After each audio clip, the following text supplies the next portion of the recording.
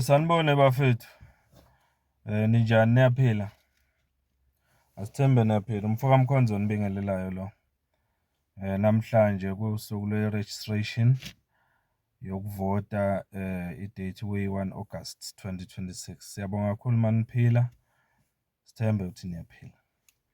Ake ngibonge ngamukela ama-new subscribers to this channel ku-YouTube. Phinde ngamukela ama-new followers to this channel lapha ku-TikTok. Thank you so much for being here and supporting the work that we do la. Ngiyabonga kakhulu. Sivuke ngeindaba ezibuhlungu ke namhlanje. Sivuke ngeindaba ezibuhlungu kuthiwa izolo omunye wabaholi bemzabalazo elwa nama-illegal immigrants noma bokufika abala ngokungemthetho. Umfowethu lapha kwaMashu kwa-K, umfowethu Douglas Mfene Thusini, kuthiwa udutshuliwe wabulawa izolo ebusuku. Edutshulwa nje bebuya khona emkhankasweni wokulwa nabo abokufika. Indaba ke ezibuhlungu lezi esizitholile namhlanje. Kuthiwa ubulawa nje umfowethu lana uThusini ubebuya khona ngqo ukuyovala isitoro sabokufika. So base bemdubula ke njengoba ubona la kuchazwa. So iSouth Africa ke esiphila kuyo lena njengamanje bafowethu.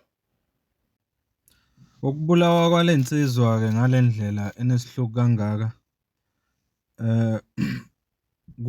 kuzosusa umsindo omkhulu eSouth Africa, ngoba manje uyazibuza ukuthi ngempela uma ngabe abantu abalwela umzabalazo belwela amalungelo ezweni labo bezobulawa ngalendlela, kusho ukuthini lokho? Uhulumeni yini ayenzayo ukuze aqikelele ukuthi abantu base-South Africa bayavikeleka? Manje ke njengamanje uyabona ukuthi bazosaba abantu ukuthi balwela amalungelo abo kulelizwe. Kufanele siphile under ifear, siyeke ukulwela amalungelo ethu ngenxa yokuthi sizobulawa ngalendlela enesihluku. Ibhlungu lento bafethu, angazi ukuthi nina niyibuka kanjani, ningaphawula nithini kuyo. Ngoba kunabanye njengamanje mangibheka la ko-social media kulaba ababhizi abasemkhankasweni wokulwa nabokufika, nabo bayakhala ngokuthi bayahlaselwa, bayasongelwa.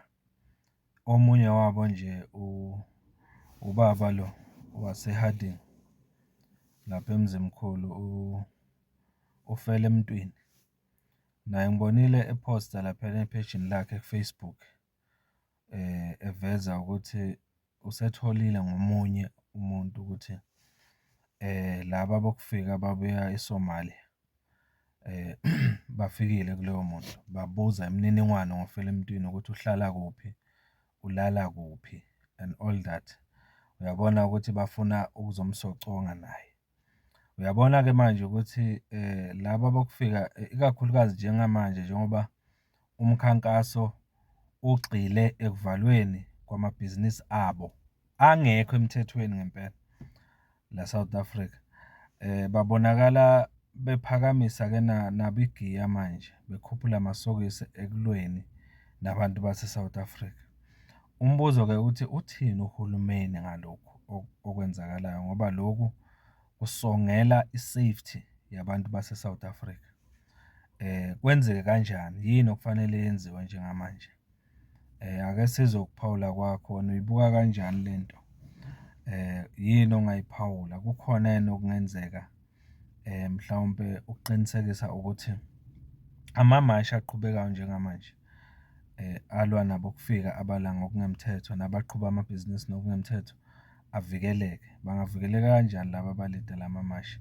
Ake sizwe uvo lwakho la, nokuthi mhlawumpe yini ocabanga ukuthi ingenziwa uhulumeni kule simo esifana nalesi. Ake sizwe uvo lwakho. Mfoka Mkhonza lo, ungakhomenta ke la ushiye uvo lwakho. Ngiyacela niqhubeke nisubscribe, nishare, sikhulise le channel iye phambili. It's free of charge. Just press la uthi subscribe. Siyakhula sibheke ku-7,000 la ku-YouTube.